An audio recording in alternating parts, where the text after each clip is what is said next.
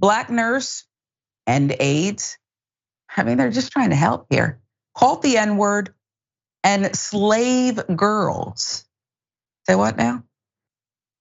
9 black nursing professionals filed a civil lawsuit for unlawful race discrimination after claiming they endured hellish, bigoted conditions at an Alabama assisted living facility where they were the victims of several instances of racial abuse and harassment. Took place town of Florala in Covington County, Alabama, at the assisted living center, Florala Health and Rehabilitation. Looks like a decent place, at least outside looking in. The women allege that they have been subjected to a racially discriminatory, hostile environment that encompasses racial slurs by coworkers, racially tinged taunts, verbal abuse, and unequal enforcement of disciplinary rules.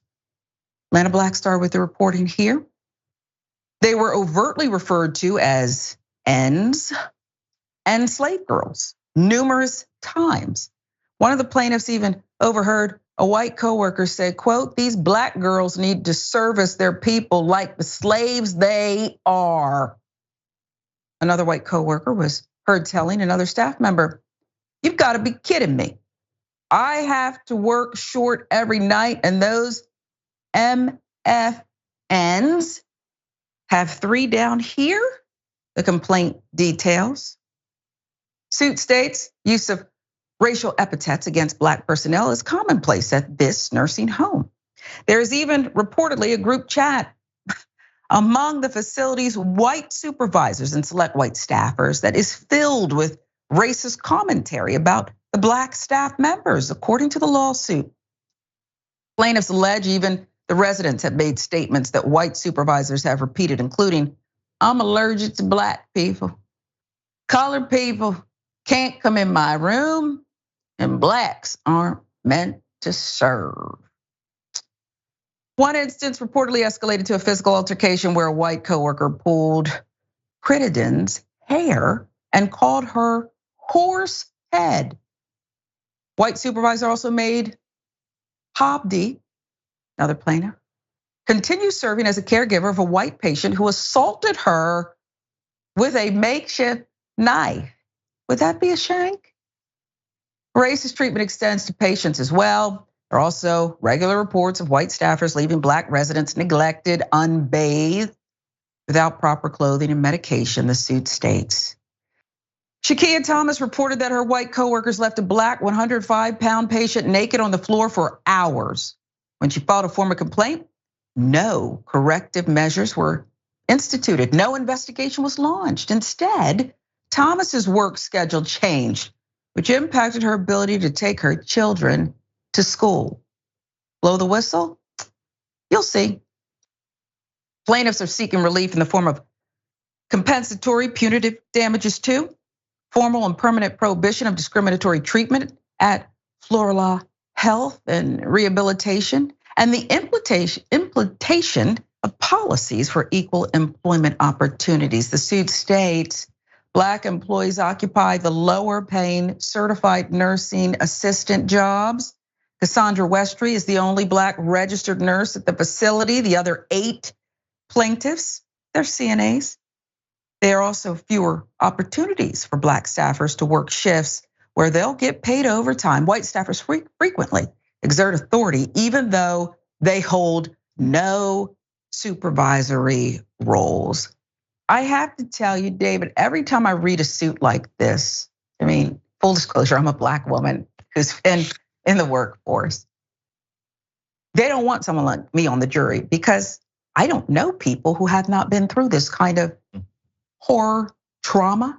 Every time I read something like this, it is traumatic because you instantly draw upon, oh, that play. Okay, these are stale plays, David Shuster, but they're still going on and they impact greatly people's lives. It makes me despise the term race card, okay? There's no card, there's just racism, but I want you to analyze this one, please. Well, look, I hope we can all agree racism exists in every corner of our society, and it exists in nursing homes and healthcare facilities. The way you battle racism is, I don't think you can necessarily expect, even though we can hope that everybody would not be racist, but you can at least expect that the people who run these companies, the people who are making money off of older people, off of insurance, off of Medicare, that they would have a culture that does not tolerate employees who engage in racism. And once the company culture says, we're not gonna allow this to exist, then the people who are racist decide, well, I can't work at this facility because I'm naturally racist and I'm gonna be found out. And you start to have people who tend to work together.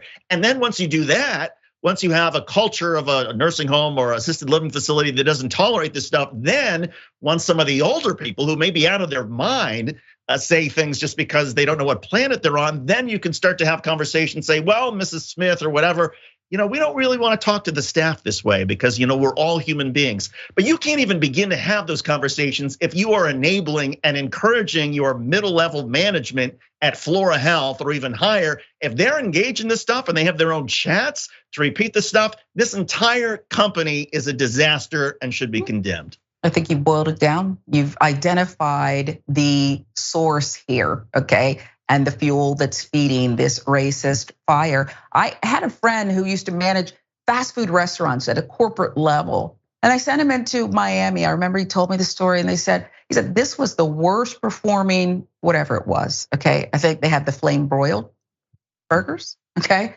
They weren't meeting their goals. He said, he got there, it was horrific. The employees were cursing out people in the drive-thru, okay? They were doing all kinds of nonsense. And I said, well, what did you do? Did you just fire everyone? And he said, no, I couldn't fire everyone, Sharon, because then I'd have no one left. It was that bad. What he said was, I just began a cultural shift. I started hiring people who embodied something better.